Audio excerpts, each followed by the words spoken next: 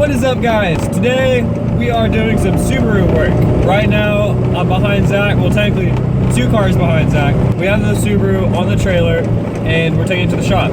As most of you all know, the same wheel bearing we replaced before went out again. So we're gonna go ahead and replace that bearing today. Most likely we'll have it done today. And I think the plan is to take it off-roading, not this weekend, but next weekend. So a week from now. So yeah, that's the plan today. He always has interesting tie-down setups, as you guys can see.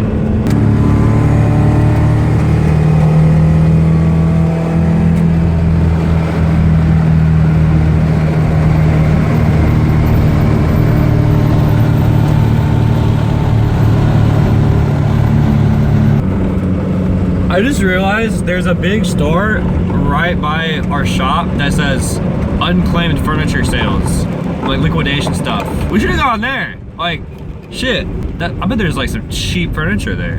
I'm thinking like couches, tables. Yeah, we're definitely making a stop there.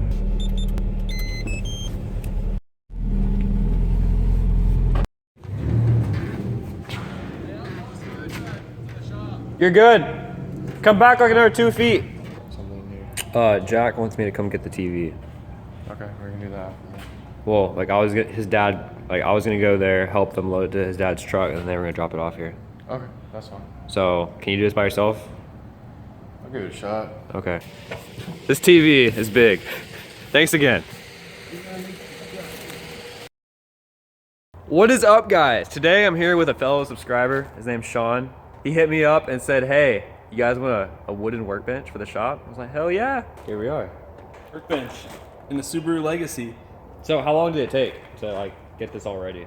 You know what? I just had to make some simple cuts because the length, the long boards on the long piece of 2x4s, the off cut of that is going to make up the legs. So this was super quick to chop up. I just chopped up in my backyard. If you want to see me doing that, check out my channel. I've got a video of that going up there. So this board here, Home Depot made those cuts for me. So it's super simple. This is like the easiest workbench. It's of my own design. I've watched every YouTube video on how to make a wooden workbench. I came up with this design. I made a really terrible version of it. This is gonna be the good version of it. And I think this is gonna be the cheapest, strongest, best workbench you can make out of wood. Sounds good. Let's do it.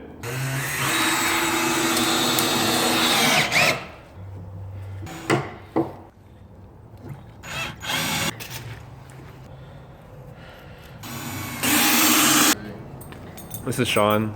We met a long time ago. So, Yeah. That's his Outback. That's my $1,000 Subaru. a lot better than my $1,000 Subaru. He It's may not be even selling driving. it. There's a possibility he may be selling it. I just found out today that the registration is shady. So it might just, the guy I bought it from off Craigslist. Isn't that cool? Apparently, so. You drive a Subaru, you got a vape, bro. Yeah, where's your vape at? You should charge your vape. It's in the Subaru. He's terrible about bumming cigarettes. So I got my stickers right here, it knocked the whole, like where this wreck happened, Yeah. it knocked the factory airbox like just loose and shattered.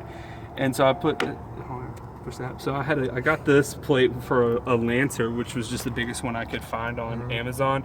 Drilled my own holes for it, just zip tied that on there. Yeah, that's pretty novice garage material right there, man. It's JDM life. It's only rubbing a little bit here, so. Is it the 2.2 or 2.5? 2.5. You see the table, Zach? No, I didn't. Come check this table out. We'll test it. We'll hold my kind of something on it. Well, it's not meant for sitting. It's a, no. It'll hold, you can sit on it. It'll hold you. So, don't go side to side too much. Yeah. I like it, dude. It's nice. Better fuel. Yep. Well, thanks again. Appreciate it. I'm glad I got to meet you guys coming out. Appreciate The it. shop is nice. Yep. Appreciate it. And what's your channel again? What's it called? It's called Sean Opens the Mail. I do a lot of unboxings on there. Sweet. I'll put a link to the channel. Wait. Right there. My Right there. face going like this. Alright, so tonight the priority is a Subaru. Zach took the bike to AutoZone and he's currently getting some parts for it. Mostly tools, but the wheel bearing is all it needs. I'm waiting for him to get back because we only have one like clicker for the gate. But once he gets back, I'm gonna go to our buddy Alex's house, which has actually been on the channel a couple months ago. He has a white boosted Miata, pretty cool. I'm gonna go pick up a 1.6 radiator for the Miata from him because he has like a stock one that's super clean. And as you guys have seen from the previous video, my radiator needs to be replaced really bad. So I'm gonna go pick that up for 50 bucks. I don't know if it's gonna be installed tonight, but it'll be installed soon. And it needs to be done really bad. It's looking pretty good in here. It's kind of messy already, but yeah, like we got the wooden bench for like non-hard stuff, and then we got the metal bench for like welding or smack something on it. It works. We got the table, or not the table, the TV over here. We got the PlayStation hooked up to it. It's not the best quality, but it's a free TV, so I'm cool with it. And then we got the couch, the radio. You guys have already seen most of this, so it's coming together quite nicely. So that's what's up. Alright, what's up guys? Well, how do I start this off? The wheel bearing completely blew out on me again. So we're trying to replace it in about 2 days. It should be done in about 2 days. So there's gonna be like 2 clips and 2 days worth of work on the video. Just to give you guys kind of a look right there. That's all muddy and shit. The wheel bearing completely blew out on me after I pulled Jack's Jeep out of the mud, and it's worse than last time. It's just completely worse. So Gabe's off getting a radiator right now, and I'm here at the shop getting started on the wheel bearing. So this is gonna be really interesting, and I'm pretty sure the rear seal on it actually came out, so that's the reason why the wheel bearing completely just blew out so soon and so fast. Because if the bearing does not have that seal on it, that seal is meant to like protect shit from going inside the bearing and just absolutely just destroying the bearing. So that's one thing that happened. And yes, we had this all professionally done. Like the wheel bearing was pressed in by a professional shop and everything. We didn't press it in, a guy's shop that actually did it. And then we just screwed everything back on. That's all we did. So I'm really surprised that it actually blew out so fast. Car is on floor jacks again. Had kind of bad luck. First the clutch, then the wheel bearing, and then clutch, radiator, wheel bearing, and then wheel bearing again. So it's broken down 4 times so far, and I've owned this car for less than a year. But this car has been through hell. So yeah. Alright, so wish me luck. I'm gonna get started on this piece of shit.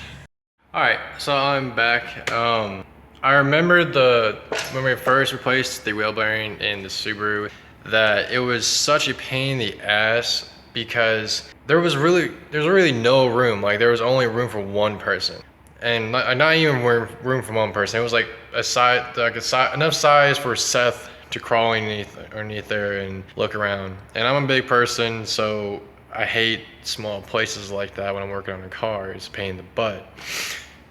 So what I am doing, so I don't know if Gabe's gonna be mad or be mad that I got sidetracked, but I actually did want to take the fenders off the Subaru to see how it looked. You motherfucker.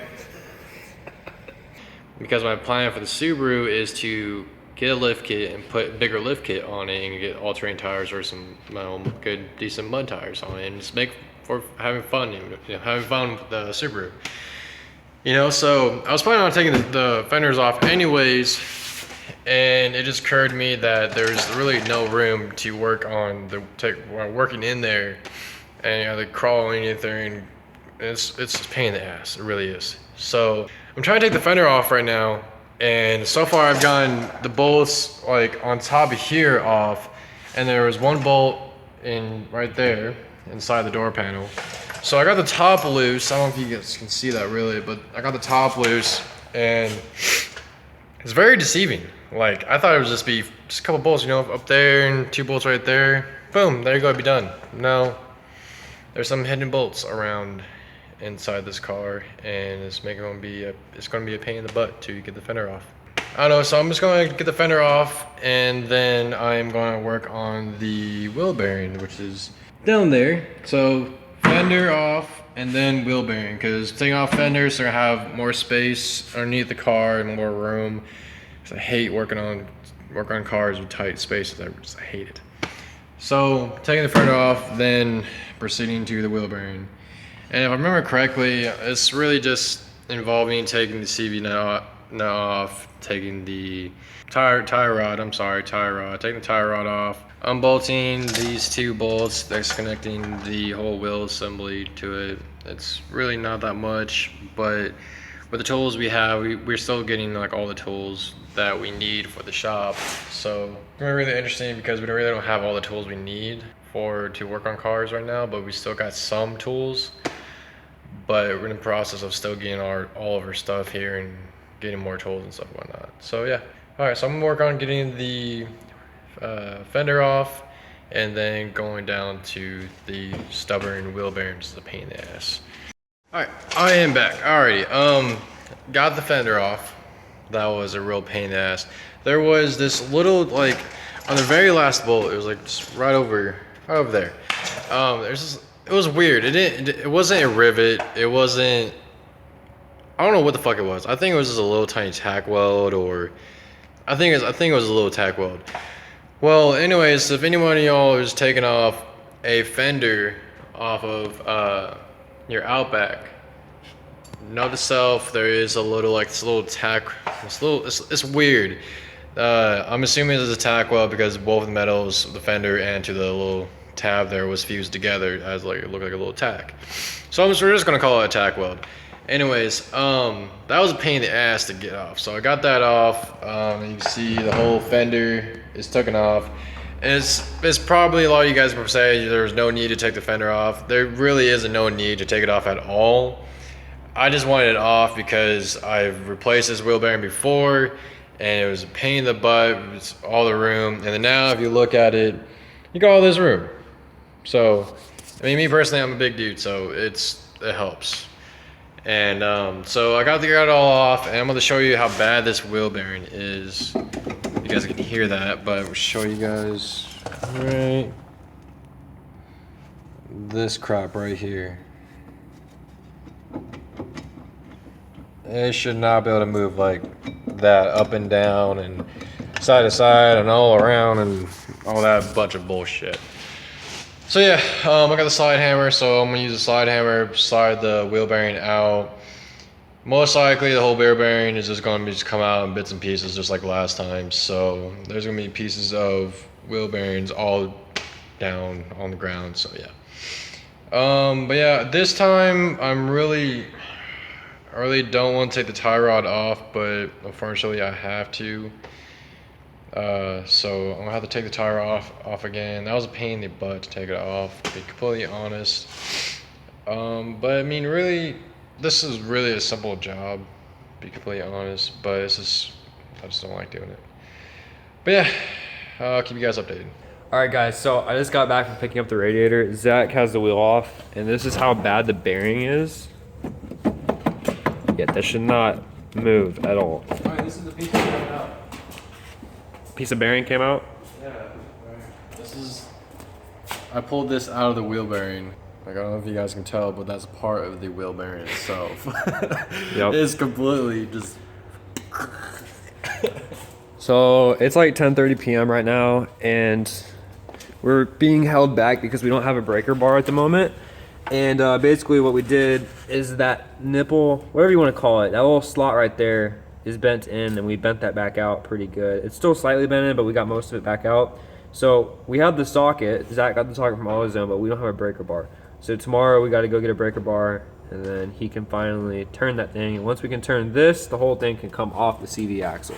And then we're gonna take the bearing to AutoZone and get warrantied out. Yep, and then all we gotta do is take the tie rod off.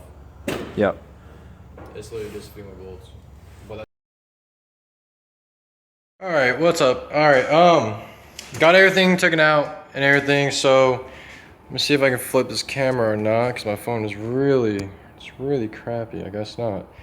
Okay, well, got that out, and that right there is what's left of my wheel bearing. Got that out.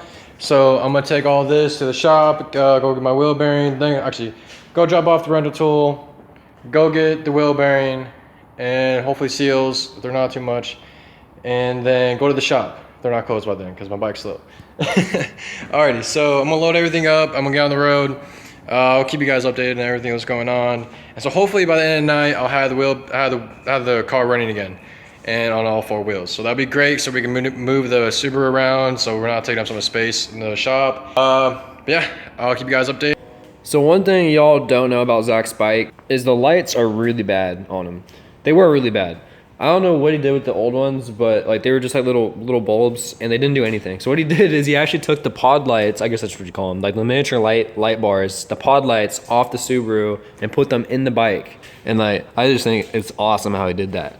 He super glued them in there. So I don't know how he's gonna aim them if he needs to re-aim them, but they're pretty bright. Let me see if it'll turn on real quick. Yeah, as you guys can see, like, that's pretty damn good. That's what we did with the bike, so that's a good deal. How are the lights? Caustic. Every day, I swear, Zach has some kind of close call story with a driver to tell. Every day. Actually, I did almost. Every day. Every fucking day. Like I legit almost crashed it. Like not even joking. Like, Nice. I legit almost crashed. That's good. That makes everyone feel better. Like this dude slammed on his brakes, he didn't turn his blinkers on or nothing. I had enough time to look behind me to see if there's any cars coming up, so I had to split a little tiny ass lane because one dude behind was just balls out hauling ass, and it was a very tight space. You think he might be hauling ass because you can't go past 35? So, did you finally get the wheel bearing? Well, nobody has seals, so they had to order. So James had to order them. So you still don't have the seals? No, James had to order them. So, okay. I'm so, like, I want to work on the Miata, but this is in the way. This has been sitting here for a while now. 2 days. Longer than that. It's been more than 2 days. I don't know how many days it's been. It's been more than 2 days. Well, what I wanted to do is put the Subaru where the bike is. That way we still have this front space. Like, that's what we gotta do in the future. Like, any car that's gonna be here, like, for, like, you know, a pretty long period of time. Well, we can't move it right now. There's no fucking wheel on it. It's kind of just hanging there. Well, unfortunately, I guess that's it for this episode. So, Videos on my phone. Why are you wearing shorts right now? It is cold. because when I woke up today, it was actually really comfortable outside. So, yeah. Yeah, okay. So, thank you guys so much for watching. That's it for today, and we'll see y'all next time. Thanks for watching.